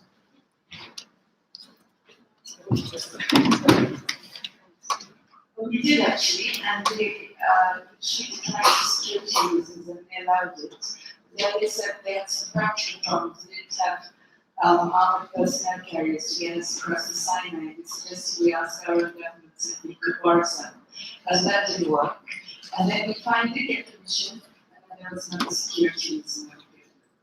So this and Egypt's part of the problem. the problem was exactly that. And the second one to Amina, if I may. I agree with your comments about genocide, rape and its distinctiveness. I think very important. We found in Myanmar, and my question is whether you found the same thing in Bangladesh. What really shocked Radhika Kumaraswamy, who was one of our members who was the expert on sex-based, gender-based violence. She had not experienced previously the way in which the Tatmadaw physically mutilated the women who were being raped, particularly by biting, and biting out chunks of flesh so that the women were permanently marked. And it seemed to be some form of branding. And one explanation is that they were simply males exercising ownership like branding a slave. Another explanation is the permanent humiliation of the women for themselves and with their husbands because of this constant reminder of the fact that they're rape. Did you find anything similar to this branding going on in Bangladesh? You're talking of 71? Yeah. Not really like that, because you know that in 71, the context was very different. In the sense that women who had been violated, many of them didn't come forward, and the ones that the state could fund, they had set up rehabilitation centers for them. So, but later on, no records were found. And in the rehabilitation center, as I said, that the state, wanted to, it was like a kind of campaign, and it was thought that if they get married, everything would be settled. So everything was very hushed up. And at that time, Neva Ibrahim and others who were working with victims, they said that, the women didn't want to give up their children some of the women didn't want to give up their children for adoption. But then the state came forward and said that they should be given up for adoption. That's why I said that, a state, our nation creates its own boundaries. A state, after all, the women was not to be blamed for what has happened to her, and the children were not to be blamed.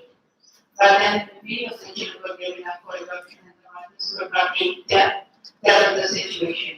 But in the Rohingya camps, I did meet a woman who had been bitten, and she showed me the marks. So, but I would say that I do not know if this is a form of stigmatization or stigmatizing the women, because the men of that community, they wanted to be the peaceful there and say that moment.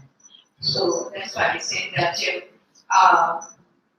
maybe it's too early to come to a conclusion on this, or maybe we will never come to a conclusion on this.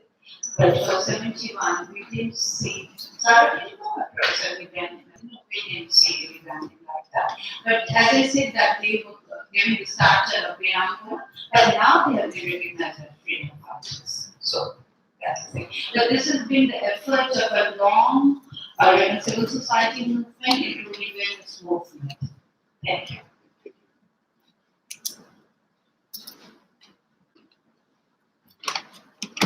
Thank you, Lisa. Just a quick question for Sarah again. As activists and people who are perhaps not academics or politicians or advocates as such, it's quite frustrating hearing about things like your Commission of Inquiry in Palestine, and then your frustration as a result of that not having the impact that you wanted it to have. What is the future for these types of instruments, like the Commission of Inquiry, and also, this is also to Chris as well, even fact-finding missions? What are these processes and how useful are they? And do they lead to the end goal of ICC, etc.?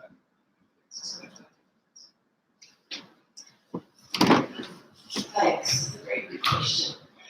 So I think, I should clarify, I mean, that there is frustration, right? But I think there's also a sense that you have to keep on doing things and you have to keep on saying things.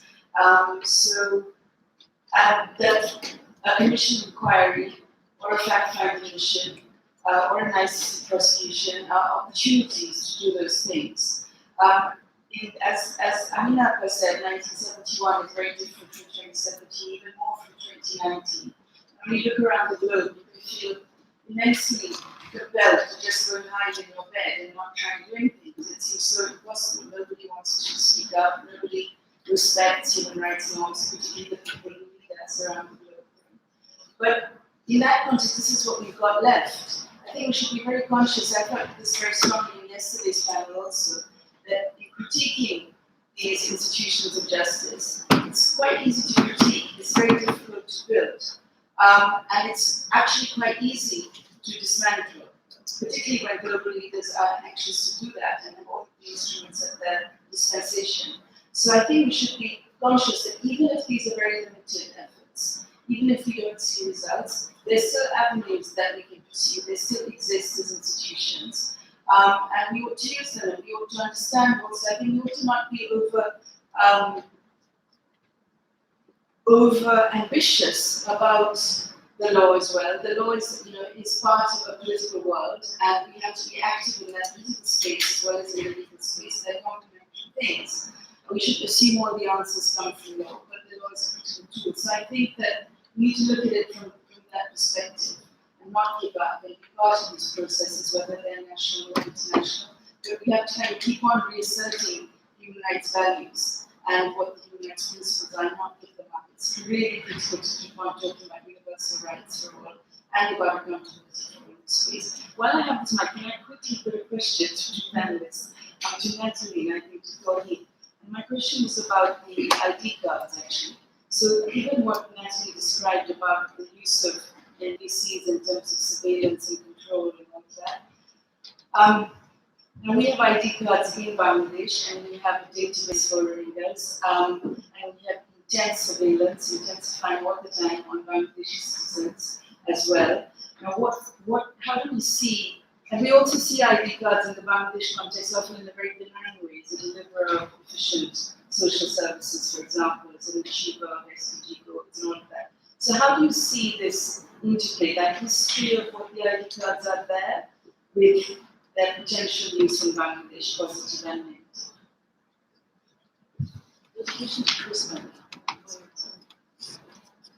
Well, that's already beginning because we know the architecture, the different way. I mean, an architect for the national is very important. When the groups came there, they were provided registration card. I'm not sure whether it's called architect. They were with every case and others. The objective of it was that when there will be a continuing situation to this development back in Myanmar, and these number of people will immediately go back to their country. I don't see any other objective at this moment of it. But again, related to the architects, our research found that there is a process to which a number of Rohingyas access fake cards to get hold of other services which the state provided to British citizens, for example, without a national ID card and birth certificate or any kind of local ID card. They cannot go for hospitals. So I have seen a number of cases where Rohingya women, children, and men, they went to hospital office, and many of them were captured with those things, and they tried to find hospital. And not knowing if they collected it, so it's a different kind of, political economy, I would say, connected with this process, which is very much coming from the bottom, with the people who are running small shops. And if you are coming at a small computer shop, you can claim effect, certificate effect, ID, which will go outside the campus. And there are different other middlemen in many post offices where access to the hospital offices. I'm not sure whether it answered it. Thanks.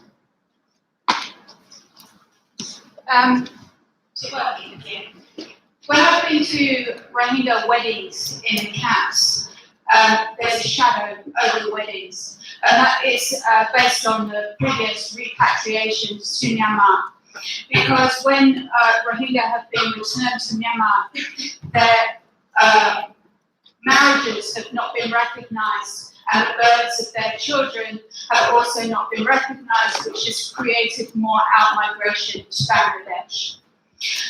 So when we talk about documentation being negative, there's also a very positive side of that, and a very important aspect in Bangladesh to provide civil documentation to Rohingya in order to look towards the future in Myanmar. I think regarding the fake ID cards, perhaps we want to think about what the incentive is for Rohingya to get fake ID cards in Bangladesh. And one of the key reasons that they're trying to get fake IDs is to access formal education. So it comes back to the discussion yesterday of how you can provide a decent formal education that is not necessarily based on settling in Bangladesh, but on the demands of Rohingya, which involve Burmese curriculum. Thanks. So, you also something to add in the context of Thailand and Indonesia about this issue of identity cards and citizenship? Well, in the case of Thailand, of course, the issue of identity card is important because then you get access to social services, including education, of course. But at least in Thailand, I think, although there are many negative things, but there are a few positive things when it comes to identity card. First of all, without identity card, first of all, the educational law in Thailand allows children to get access to education regardless of their status. So even without any document, they could get access to education. But access to healthcare, for example, would be quite difficult. Secondly, it's not only refugees and asylum seekers are having problems with having ID card, but even the Thai themselves, especially to Thai people, about maybe 500,000 of them do not have identity card. And this is something that Thai government is now trying to get rid of, but very slowly. Thirdly, there's some ID card, especially for asylum seekers and refugees. The nationality norm has now was amended, and actually it opens space, for example, for children of Rohingya born in Thailand getting access to higher education. They could actually apply for naturalization. So there are some positive things from legal perspective, but of course implementation is different.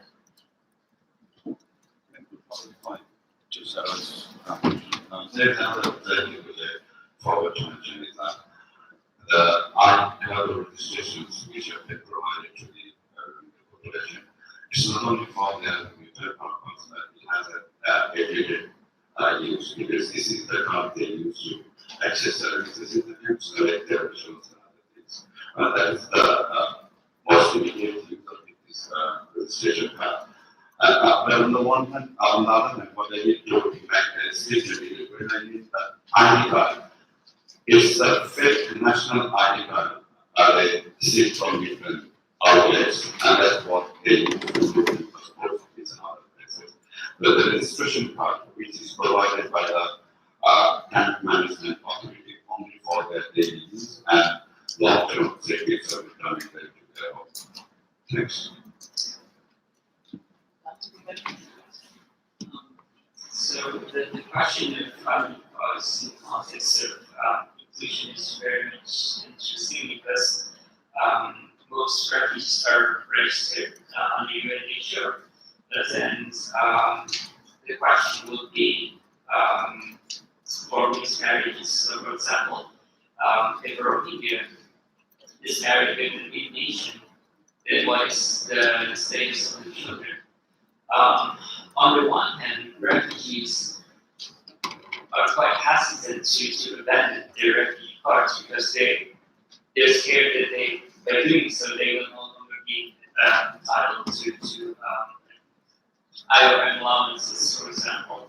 But on the other hand, by abandoning refugee cards for your children, there's a possibility for your children to claim Indonesian citizenship.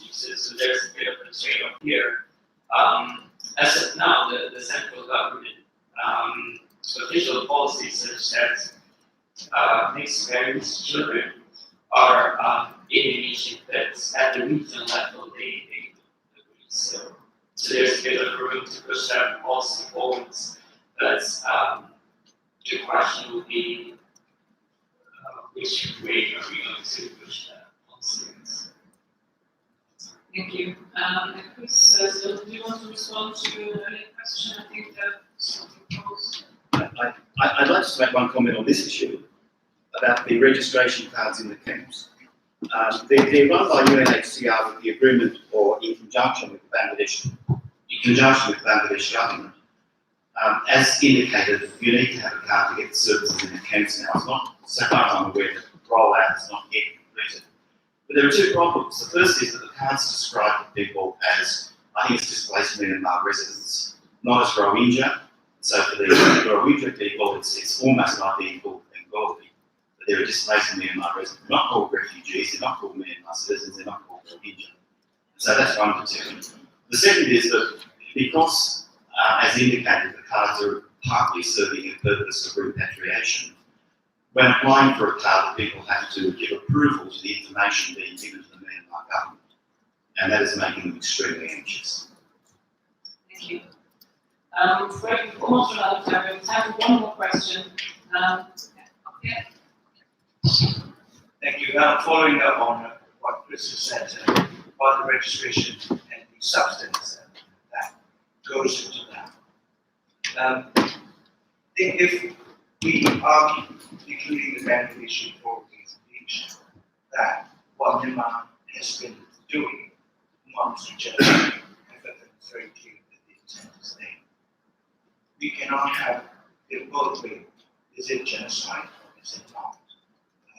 If it is, which many of us believe it is, then we need to accept that genocide begins with the destruction of the identity of the group, not simply physical destruction.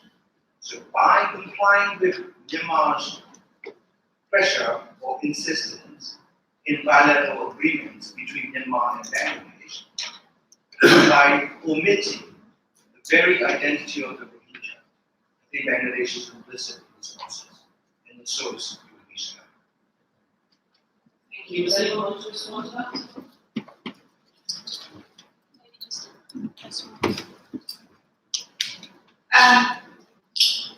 Many of the Rohingya oral histories relate to people registering them, putting lots of information down, but never having ownership of that information or having it in their hand.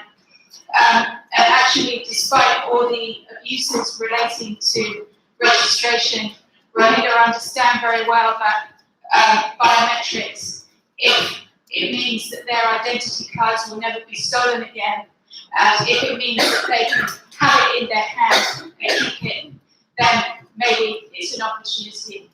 Thank you. Thank you very much. It's always to thank all of our panelists from today. We'll now have a short tea break, just because before you all leave, I just want to make you aware that we have 2 book launches at 6 p.m. today, together with the wine reception. One is an edited volume by T.S. Ahmed, Genocide and Mass Violence, Politics of Singularity. And the second edited volume is by Rohingya and Natalie Brilliant, Essays on Myanmar Genocide of Rohingya 2012-2018. So I hope to see you all there at 6 p.m. And now we'll go down to some well-deserved tea.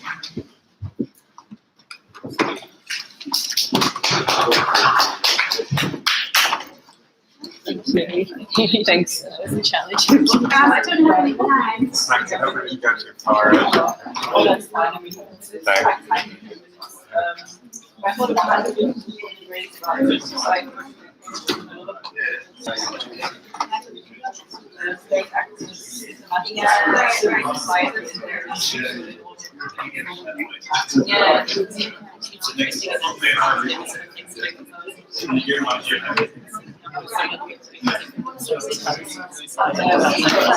They should be. I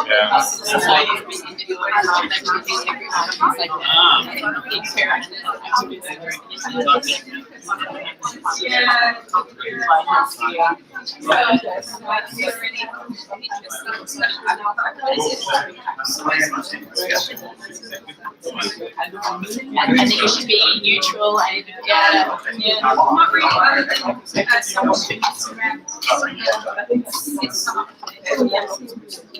I mean, as a practitioner, I'm not just academics doing research that actually helps us and that we can use, you know, which the writing is I think it's extremely useful because it helps you actually on the ground when you talk to people to understand. Well, I don't know about what that. they really I have a mean lot when of they're saying information this. about how people do it. Also,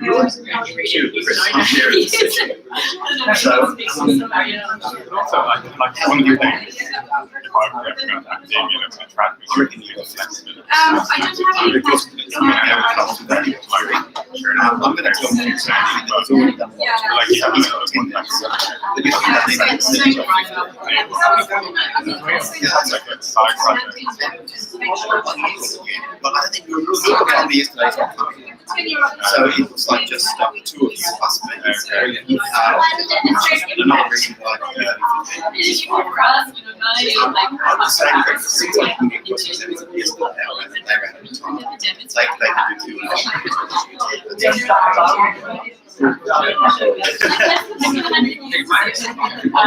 Yes. পাসওয়ার্ডটা দেখে আসছি কি করে ঢোকা যায় আরেকবার আচ্ছা আমি আপনাকে করে দিচ্ছি আমি একটু ওয়াশরুমে যাচ্ছি ক্লিক করে দেব আমি আজকে খালি হাতে আসছি ভাবলাম একটু বই দোকান থেকে যাবো সেদিন বিকেলবেলা ফ্রি চলে একটু যাই কফি খেয়ে Nice. How are you? Good. How are you today? I'm all right. You have done an incredible job organising this. No, it's when well, I thought you were incredible enough in organising me, but when I saw how many people we had to organise, you must have done nothing but this for the last 3 months. I know history.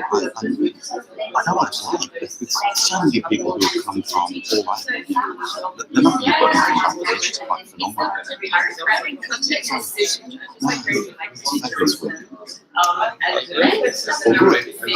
In this session, because we've only got 2 of them, I've given them a bit longer time, particularly Journey and Mabrur. Mongzani, I told him that he's already spoken too much, so he's got 10 minutes. Mabrur, I said he can take 15 minutes, so 10 and 15.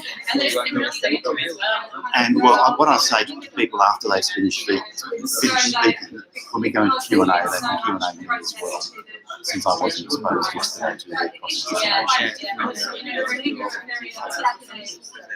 Yeah, as you've seen, I never stop talking anyways. So I'm happy to do that. Thank you. See you. Thank you. Yeah, I'm young.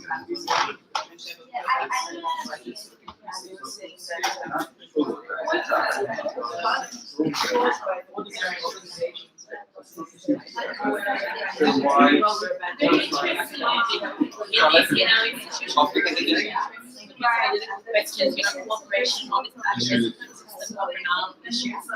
about social organization, about human management, things which actually I mean, this is so fundamental for me. You said this morning, when we were working as well with refugees that were resettled over the UK, the first thing we learned is that everyone needs a door key. Because the women had such social organization, jumped out of the homes once there was a problem and they couldn't get back in. And then you've got a farm with an area homeless person, blah blah blah. And so, these small things, in terms of gender, are really important.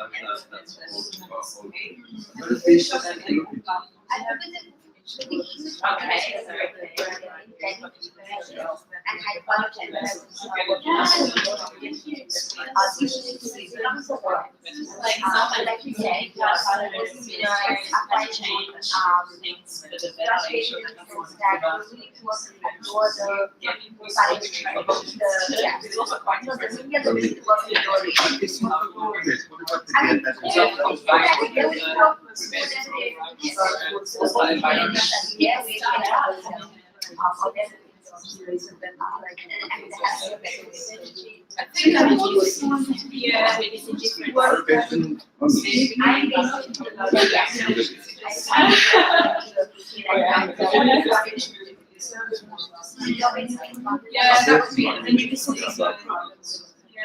So I think one of the other things was when I did the interview, the UNHCR classes,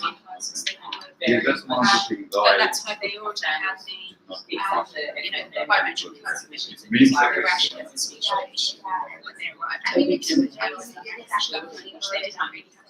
And so UNHCR was primarily sized there such turnout was their experience of UNHCR was that this was what this card associated with.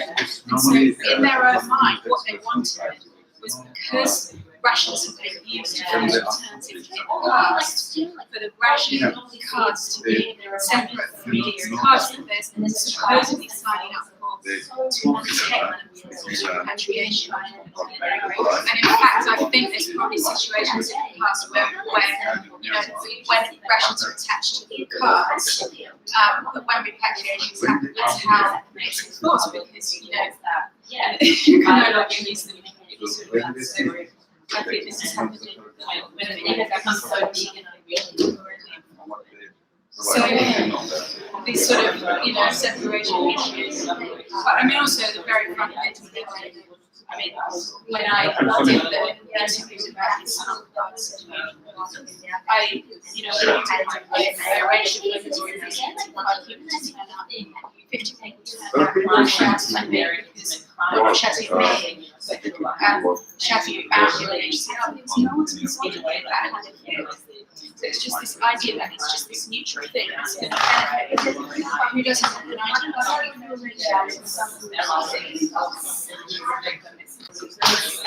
Exactly. Very surreal. You mean about the oh, okay.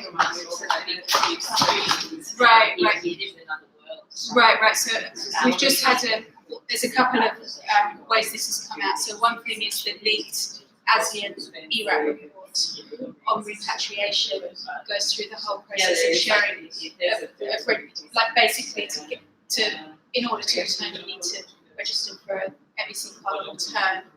The other one is that the guys from the Rohingya guys from India, when they were deported back to Rakhine, the first thing they wanted was that they would get these ABC cards, and then these cards were making rounds on social media because this is seen as this huge danger. And then another one is exactly there is, yeah. So immediately in India, immediately before they were deported. They were rounding up data through a joint kind of national registration process with the Bangladesh, with the Myanmar.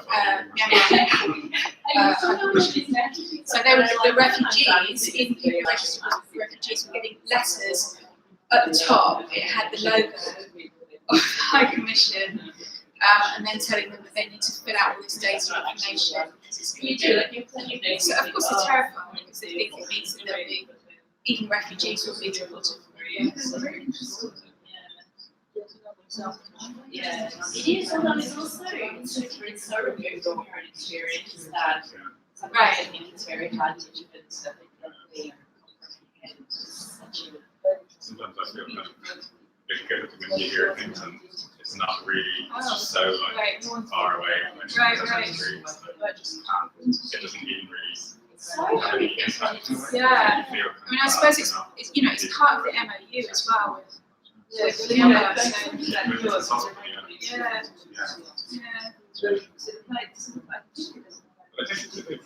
Right.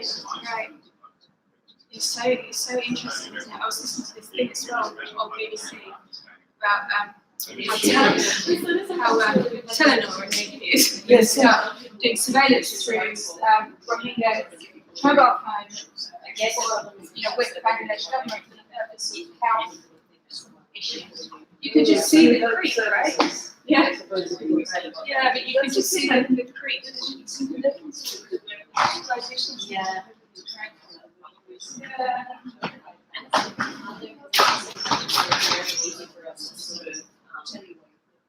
Misuse stories. Like when you look into what you see when it's nice, sometimes it feels to me that like we want to like present this nice image of what we're doing, but there's not any real connection. It sort of has this sterile environment where it doesn't feel like the experience of people is actually there. Yeah, that's for me. That's the struggle to actually make it work in practice. It seems so nice in theory, but it's really hard. Like we've been meeting small groups of people at the camps. You look at the picture of the camp and you think like, how can you actually? Because the sheer number by itself is a huge massive thing. But how do we get people to be individuals in our lives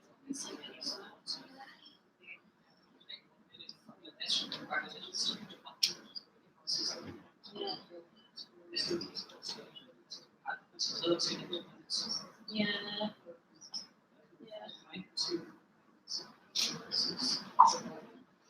Well, thank you so much. Yeah. I'm actually going to take off in a few minutes. So it was great to meet you, and thanks so much for organising it. No, thank you. You know where Chris went? No. When you got him a flat white. I know. Now it's nicked off. That's definitely You're from Brisbane, are you? I'm from Brisbane. I can tell. Did you Good tell? accent. Yeah, I'm from No. Brisbane. I can tell. We don't really have regional accent, but I can tell. All right. Sorry, Scary. you go to UQ? Yeah, of course. We didn't mean to. A bit before you though. But, I don't know about that. I'll just I even kept out of the sun. the TC burn sort of walk. TC burn, close to my heart. When did you finish? Oh, I did 3 to 4 years. I You did it. You escaped. I escaped before tax haven company. I never did conflict. I never escaped. These That are was the an worst. elective, but I think it was elected. yeah. I never did tax actually. That was compulsory back. This is early 90s. Okay. So, Yeah. it's a long time ago. I was in the I'm very 90s. conscious. Yeah. I'm a historian Yeah. now. Oh, okay. I did history at UQ as well. Yeah. So I did a PhD. Gordon Greenwood building. That's right. Well, they've moved back into Back into the Fort Smith. They're back in the top floor. But everything's shrunk, so the cut of the school now is to classic. arts faculty just being desecrated. Yeah, and the tall stems and science and stuff. But the campus looks amazing. Yeah, trying to go back there to the campus. Yeah. Quite close. Did you get to my ankle? Probably might have been. Oh, he was around. I didn't think. Yeah. Did you get taught commercial by Gabriel? I know he was. I don't think he ever taught. Oh, he taught constitutional. Yeah. Yeah. Sort of our America's a young quarter of Australia. Like grade, Really well. Yeah, I couldn't quite figure it out. He was supportive, but no, I It's like He's Belgian. Yeah, Okay, yeah. so he's Belgian. But yeah, I talked to him asking him that. Of course, you remember these people, when in their prime, when I was doing right now, it's like 70. Old when we were. It seemed old when they When I look at the photo now, it's this real old. So that, it's great that you guys can make time to super busy and things like that.